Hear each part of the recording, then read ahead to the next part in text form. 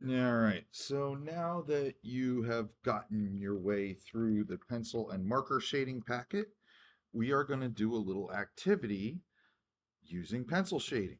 All right, so you're going to need your blender, your pencil, and these two papers. Notice I've already drawn the eyeball for you. How nice, right? So you don't have to worry about drawing it. What you're going to do is you're going to be shading it with your pencil. First thing you want to do with this is look for the darkest areas of the picture, which we can see are up in here and here. Okay, and we're going to get those done first. So you can take your pencil and very, very carefully get those dark spots filled in. Notice that I'm holding my pencil kind of unconventionally, more like an artist than a student. Okay, that's because I want to use the side of the graphite. Okay, I don't want to use the tip of the pencil. So anyway, so I'm going to fill this in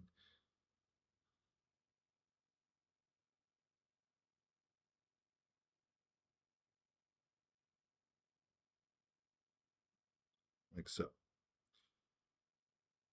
So you can go ahead and pause the video and fill in the very, very darkest black areas around the eyeball itself. Okay. And then once you've gotten that done, you can unpause your video and you can look at mine and we can move on.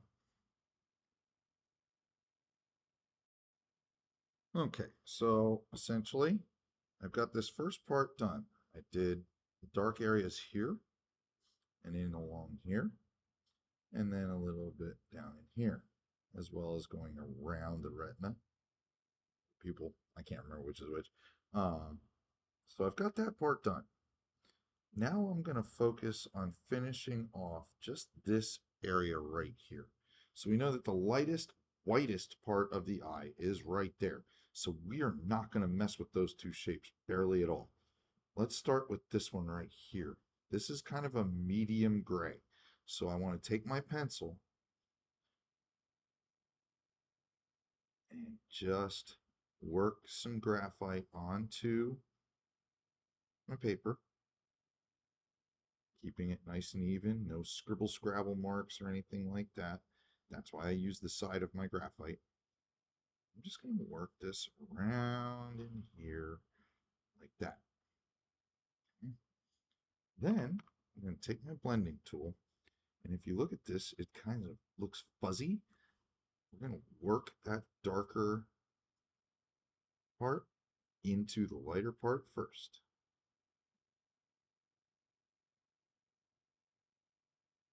All the way around.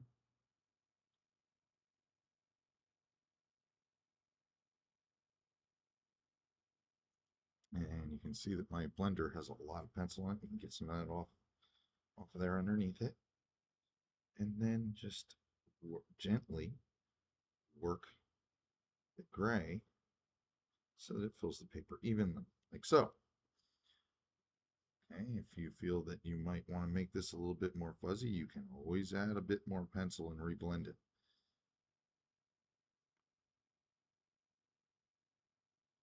Okay, then I want to look at these are called striations, okay, in the eye here.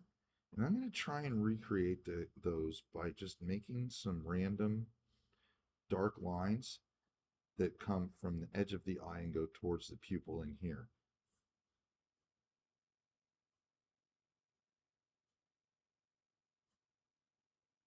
Don't overdo it.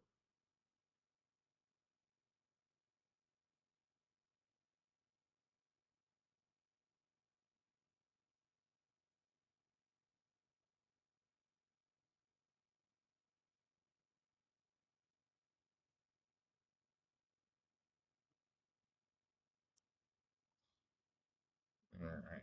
So I know it's hard to see, but this is actually significantly lighter in here than it appears on my camera. Okay.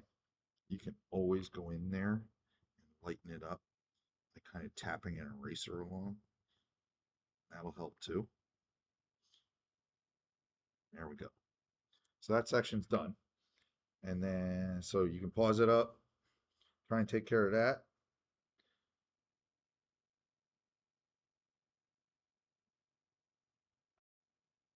And then we're just going to go into these two white areas and we're going to fuzzy the edges just a little bit by adding a bit of pencil right along here. Just along our darkest parts. That same thing over here. Just a little bit of pencil along the edges. I'm going to keep that middle part nice and bright white because that's our reflection in our eyeball. Here. Okay. So you can clean off your blender, kind of work that into the paper just a bit. Careful not to get any of that gray color in the middle of these two shapes, because we really want them to be nice and bright. And then if you look carefully at the paper, there's a couple striations in there. You can add those. Don't overdo it. It's just a couple. And that part of our eyeball is pretty much finished. Okay. Now we are going to work our way on the outside. So pause it up, finish this, and then we'll start on the outside. Okay, so next thing we're going to do is we're going to take our pencil and we're going to use this line as a guide and get some pencil on top of it like this. This is a pretty dark line in the picture. It's not the darkest of all of them, but it's pretty dark. And bring that over to about here. If you look at the picture, it stops just before the corner of the eye, right about there. Okay, so stop that there.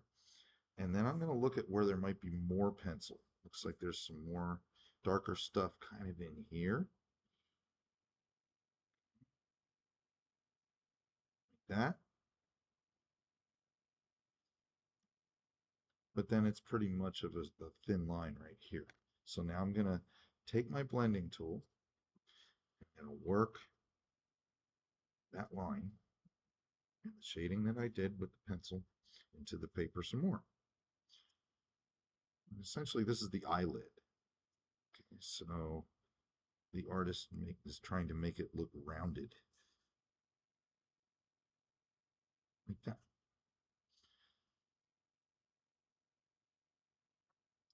And then if you look behind the lashes, there is a little bit of shading along this region. So you can add a little bit of pencil there, and there, and reblend.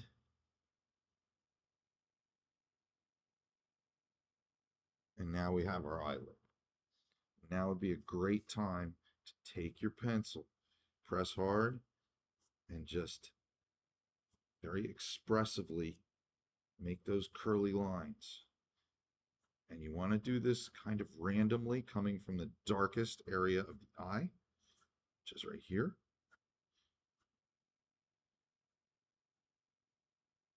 And they don't all have to be real super long. Just keep working them in through here, and you'll notice that they start to change direction right in the middle here. So I'm still curving to the right a bit. But as I get through here, now they're starting to be straight. And now they're starting to kind of lay down to the left.